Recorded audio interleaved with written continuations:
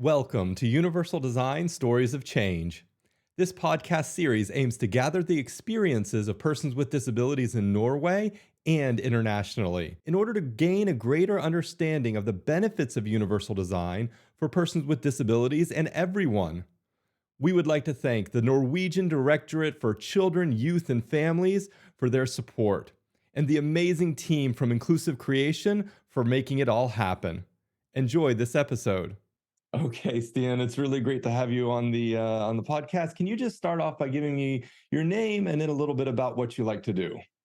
I'm Stian Snoen. I'm 37 years old and I'm working as an user expert in Include. We are a little company who are working as experts in web accessibility, and we are doing audits and holding courses and making support to companies in web accessibility and how to make web pages and applications more accessible for persons with the, the interact with web page. One of the experience I'm working with web pages and applications. So Yeah, and you've got so much technical knowledge, but I'm wondering if you could give some kind of human, real life kind of experiential advice. one of the thing, if you are in business and you are going to make a web page more accessible, you have to test it with real users and don't use automatical tools, because automatical tools will make an experience, because if you're testing with automatical tools and not just test on criteria content accessibility guideline. It's a bit technically V2.1 is the guideline for testing of for making web pages more. But if you're a business and you want to make a web page or application more accessible, you can test it with me or persons with disabilities are used to navigate on a web page or application will sequentially, and they need to hear every element, and they cannot.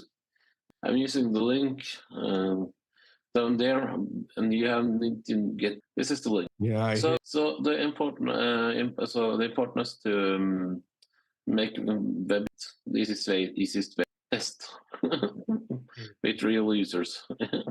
And I know you have a lot of experience doing this sort of testing. So I'm wondering if you could tell us a story about maybe one of the websites you've tested that was.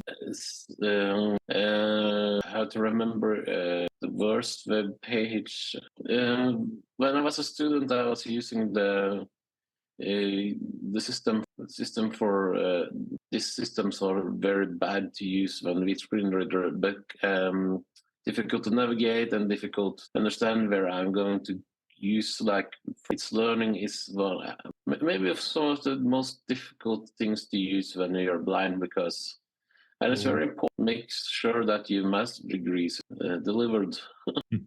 Absolutely. I'm wondering if you have any other stories from your education about experiences that were inaccessible or that you.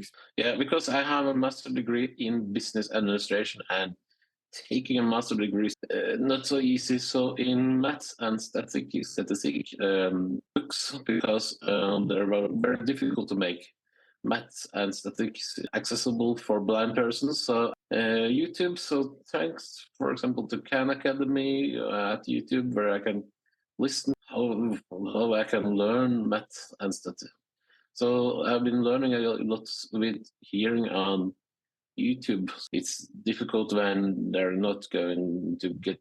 Yeah, totally. And I think a lot of students use YouTube as kind of a supplementary to their to the learning materials in their class. Kind of an accommodation or a support for you to have those YouTube videos there to kind of self-teach to learn on your own. Yeah, because in this example, is in my case, it was not the support; it was the very. So, yeah, what were you? Oh, I was just going to ask about once you graduated and you got into your first job, like what was that transition experience like going from school to work?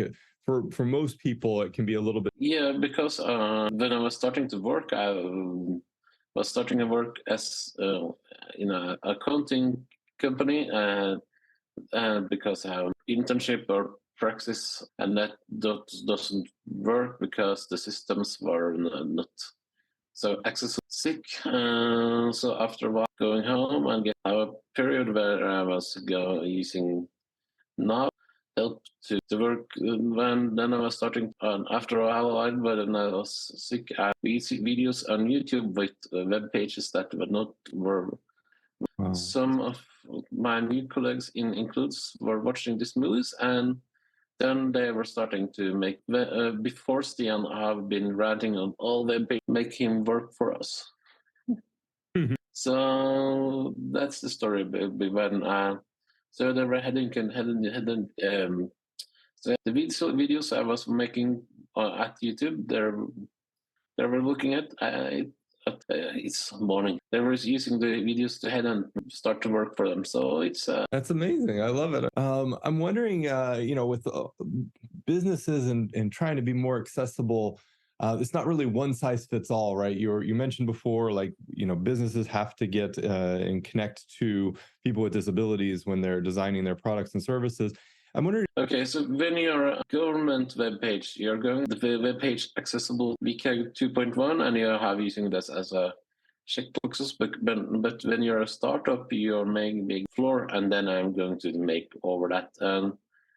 So the difference between to go farther behind VK then because there are if you are a big multinational company, you're maybe going to have the decisions that they're going to buy and make the web page. So I Yeah, maybe right. think that's there is a huge difference to work with and to work with start big companies in Norway. Yeah, 100%, 100%. I love that you make that differentiation and try to scope the advice in a different way for them. We're going to run out of time here in a minute, and so I just wanted to kind of get any last thoughts you might have, any final words that you would have for businesses to kind of get They can start to, for example, try to use screen readers themselves or interact with the disabilities or in their countries or near area. Because an example, we were making an Facebook group for blind youth organization for the blind and this and right on. so maybe think trying to everybody are going to be disabled have a disability in their life, temporary or situation. Everybody going to be have a disability, even if you're blind, even if you are. Absolutely. That's such great advice. I really, really appreciate it. I just want to stop. I just want to end by saying thank you very much. And I'm really excited to see where you take your career.